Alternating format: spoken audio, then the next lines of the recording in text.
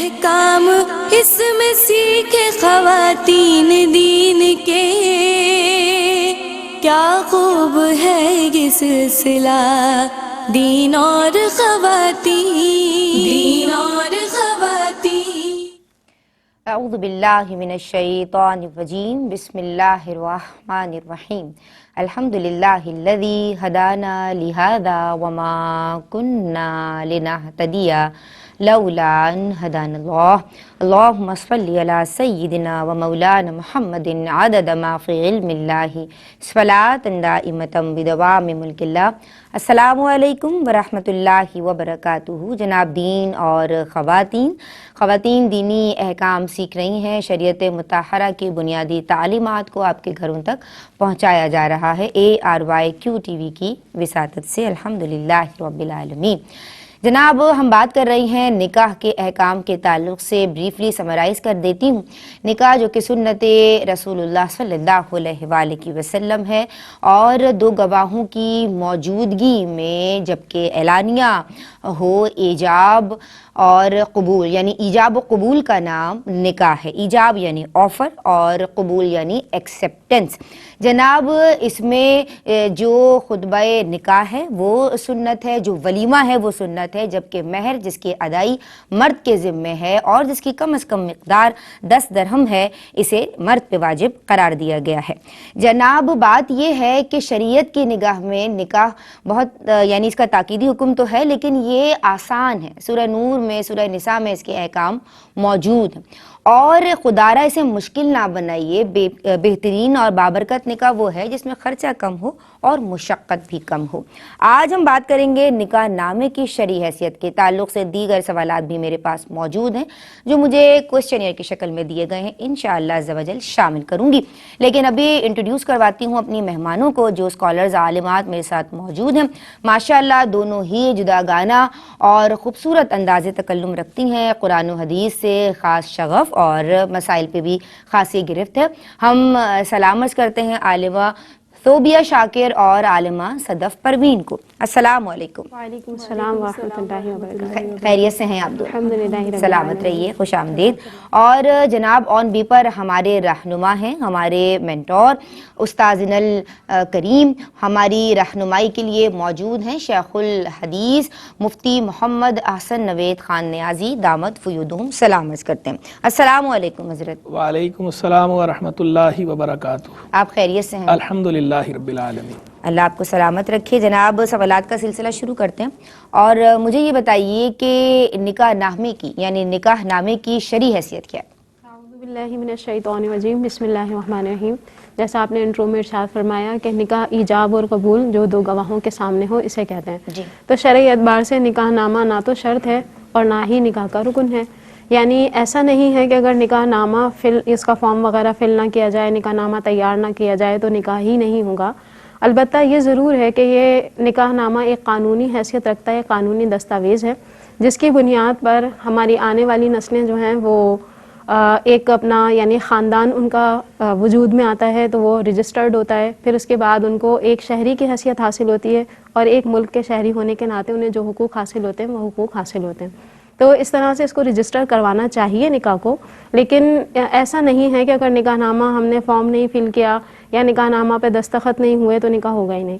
شرعی تقاضا جو ہے اسے پورا کیا جائے تو شرعاً نکاح مارز وجود میں آ جاتا ہے۔ ٹھیک ہے۔ لہٰذا اس اعتبار سے دیکھا جائے تو نکاح نامہ کوئی اس طرح شرعی اعتبار سے ضروری نہیں ہے، لیکن قانونی کارروائیوں کے لیے جی اور اگر بالکل کروایا جا رہا ہے تو شریعت اسے منع بھی نہیں کرتی، بلکہ شریعت اسے اچھا ہی سمجھتی ہے، کیونکہ یقیناً پھر آگے خاندان ظاہر ہے، کیونکہ اب دیکھیں آپ حدود ہیں، حد بندیاں، آپ کو پاسپورٹ ہے، آپ کو حج کے لیے جانا ہے، عمرہ کے لیے جانا ہے، تو دینی آپ آپ کو امور کے لیے بھی اس کی ضرورت ہے۔ ظاہری بات ہے کہ آپ کو رجسٹریشن کی ضرورت ہوتی ہے، تو یہ کروانا ضرور چاہیے، بالکل ضرور لیکن چاہیے۔ اگر یہ کہ نکاح نامہ نہیں ہوا، کہیں اس طرح کبھی ایمرجنسی سچویشن ہو جاتی ہے کہ بھائی کوئی بہت زیادہ سیریسلی بیمار ہے، کہتا ہے میرے سامنے نکاح کر دو، تو کہیں گے کاغذی کارروائی نہیں ہے تو نکاح نہیں ہوا، تو ایسا نہیں ہے۔ بالکل ایسے ہی۔ ٹھیک ہے۔ نکاح نامے میں آپ کی سمت آ رہی ہوں، سرپرست کے نام کا جو خانہ ہے وہاں اگر اس یعنی جو گارجین ہے، جو سرپرست ہے، اس کو بطور والد لکھوا دیا جاتا ہے اگر کسی نکاح نامے میں، تو کیا نکاح درست ہو جائے گا؟ اعوذ باللہ من الشیطان الرجیم، بسم اللہ الرحمن الرحیم۔ جیسے کہ ابھی یہ بیان کیا جا چکا کہ نکاح جو ہے ایجاب و قبول اور دو گواہوں کے سامنے ہونا، یہ جو ہے اس کی شرائط میں سے ایک شرط یہ بھی ہے نکاح کے منعقد ہونے کی کہ جس کا نکاح ہو رہا ہے وہ متعین ہونی چاہیے، منکوحہ متعین ہو. تو اب یہ جو تعین ہے، اگر مثلاً کہ عاقدین آمنے سامنے موجود ہیں، 2 گواہ موجود ہیں، اب وہ آپس میں نکاح کریں، ایک ایجاب کرے، ایک قبول کرے، تو اب اس میں نہ لڑکی کا نام لیا گیا، نہ لڑکے کا، اور نہ ہی ان کے سرپرست کا، نکاح ہو جائے گا. اسی طرح اگر منکوحہ سامنے موجود ہے اور اشارہ کر دیا جائے جب بھی نکاح ہو جاتا ہے. تو شرعی اعتبار سے ایسا نہیں ہے کہ اگر سرپرست کا نام جو ہے بطور والد کے لکھ دیا جائے تو نکاح منعقد نہ ہو. نکاح تو منعقد ہو جائے گا جبکہ وہ منکوحہ اس سے متعین ہو رہی ہے. اب یہ سرپرست کا نام والد کی جگہ پر لکھ دینا، اس کی الگ سے کیا شرعی حیثیت ہے؟ جیسے ہوتا ہے کوئی بچے کو ایڈاپٹ کر لیتے ہیں، تو اب اس میں اگر نسب چھپانا مقصود نہیں ہے، جیسے مثلاً کسی بچے کی کوئی سرپرستی کر رہا ہے، جیسے چچا ہوتے ہیں، ماموں وغیرہ ہیں، اور والد صاحب کا انتقال ہو چکا ہے، تو اب ظاہر سی بات ہے کہ ہر زندگی کے مرحلے پر کہیں نہ کہیں ڈاکومنٹیشن کی ضرورت ہوتی ہے. تو اب وہاں پہ لکھنا پڑے گا بھائی اس کا سرپرست کون ہے، اس کے والد صاحب کون ہیں، تو پھر NIC وغیرہ لکھا جاتا ہے. قدم قدم پہ یہ ضرورت پڑ رہی ہوتی ہے. تو اب جب نکاح نامہ فل کیا جا رہا ہے، اب اس میں بھی لکھ دیا گیا، تو اس میں ایسی کیا قباحت ہے، جبکہ سب جانتے ہی ہیں کہ اس کے والد کوئی اور ہیں اور سرپرستی یہ شخص کر رہے ہیں. اور اگر نسب چھپانا مقصود ہے تو اگرچہ یہ نسب چھپانا یہ الگ سے قابل گرفت عمل ہوگا، لیکن بہرحال نکاح پر اس کا اثر نہیں پڑے گا جبکہ جو منکوحہ ہے متعین ہو چکی ہے. جناب مفتی صاحب، میں آپ کی سمت آؤں گی، اور نکاح نامے کے تعلق سے کلام ہو رہا ہے، اس کی شرعی حیثیت، اور اگر والد کے خانے میں سرپرست کا نام لکھ دیا جائے. الرحمن الرحیم، صلی اللہ علیہ حبیب محمد وعلی آلہ وصحبہ وبارک وسلم. پہلے تو میں ایک لفظ کی تصحیح کے حوالے سے عرض کر دیتا ہوں. پہلے بھی ہم نے جو ہے وہ چند بار عرض کیا کہ یہ اصل لفظ ہوتا ہے علانیہ. یہ 2 الگ الگ لفظ ہیں، ایک لفظ ہے اعلان اور ایک ہے علانیہ. علانیہ لفظ ہوتا ہے، اعلانیہ لفظ جو ہے وہ نہ تو عربی میں ہے نہ ہی اردو کے اندر ہے. ہاں ایک اور لفظ ضرور استعمال ہوتا ہے، اعلامیہ، میم کے ساتھ. تو نون کے ساتھ جو لفظ ہے یہ علانیہ ہوتا ہے بغیر الف کے، عین پر زبر ہے. اور اگر یاد رکھنے کے لیے، آسانی کے لیے میں کہا کرتا ہوں کہ 5واں کلمہ ہے، 5واں کلمہ استغفار کہلاتا ہے. اس کے شروع میں بھی آپ دیکھیں نا، جب یہ الفاظ استعمال ہوئے ہیں تو باقاعدہ وہاں پر بھی اس کا ذکر ہوا ہے، استغفر اللہ ربی من کل ذنب اذنبتہ عمدا او خطأ سرا او علانیہ. تو ہاں دیکھیں یہ الف کے بغیر لفظ ہے عین کے ساتھ، علانیہ. تو یہ اس کا معنی ہوتا ہے ظاہر کرنا. حدیث شریف میں بھی آیا توبۃ السر بالسر والعلانیہ بالعلانیہ، کہ پوشیدہ گناہ کی توبہ پوشیدہ کرنا لازم ہے، اور جو علانیہ گناہ ہو یعنی جو ظاہری گناہ ہے سب کے سامنے کیا ہو تو اس کی جو توبہ ہے وہ بھی علانیہ لازم ہے، سب کے سامنے لازم ہے، بغیر الف کے لفظ ہوتا ہے. اب آ جائیے اس بات کی طرف کہ نکاح نامے کا ہونا یہ ضروری ہے یا نہیں. نکاح کے اندر الفاظ کے ساتھ جو نکاح ہوتا ہے، ایجاب و قبول ہوتا ہے، اس سے نکاح منعقد ہو جاتا ہے. اس میں کسی قسم کی کوئی کمی نہیں ہوتی. نکاح نامہ نہ بھی ہو تو نکاح بالکل ہو گیا، درست ہو گیا. لیکن قانونی معاملات کے لیے، قانونی پیچیدگیوں کی وجہ سے نکاح نامہ جو ہے وہ رکھا جاتا ہے کہ اسے فل کیا جائے تاکہ آسانی ہو. ٹریولنگ وغیرہ کے لیے بھی اس میں ضرورت پڑتی ہے. ٹریولنگ کے علاوہ وراثت وغیرہ کے معاملات میں ضرورت پڑ جاتی ہے، یا اور کوئی بھی کسی بھی قسم کا معاملہ، ایسا معاملہ کہ جس کا تعلق جو ہے وہ کورٹ کے ساتھ بن جاتا ہو. تو پھر جب بھی کورٹ میں کیس جاتا ہے تو کورٹ وہاں پر پھر یہ مطالبہ کرتا ہے کہ نکاح نامہ کیا ہے، ثبوت کے لیے پروف کے طور پہ نکاح نامہ دینا ہوتا ہے. تو اس وجہ سے نکاح نامہ ہوتا ہے. لیکن اگر بالفرض جو ہے وہ نکاح نامہ نہ بھی ہو اور ویسے نکاح کی شروط پوری ہوئی ہوں تو نکاح ہو جاتا ہے. یہ ضروری نہیں ہے، لیکن بنوانا بہرحال چاہیے. اور خفیہ نکاح نہیں کرنے چاہیے، علانیہ نکاح کرنے چاہیے. نکاح کا مقصد جو ہے فوت نہیں ہونا چاہیے. خفیہ نکاح سے اس کا مقصد اصلی فوت ہو جاتا ہے. جناب ایک کالر ہمارے ساتھ ہیں. السلام علیکم. وعلیکم السلام. جی کیا نام ہے اور کیا سوال کرنا چاہتی ہیں؟ میرا سوال ہے کہ ہم نے دکان میں کسی سے لے کر 5 لاکھ روپے ڈالے ہیں. ٹھیک ہے جی، تو وہ اس کو 20,000 روپے مہینہ وہ لے رہا ہے، تو یہ سود میں ہے؟ ٹھیک ہے جی، بہت شکریہ، آپ نے ہمیں کال کی. ایک اور کالر. السلام علیکم.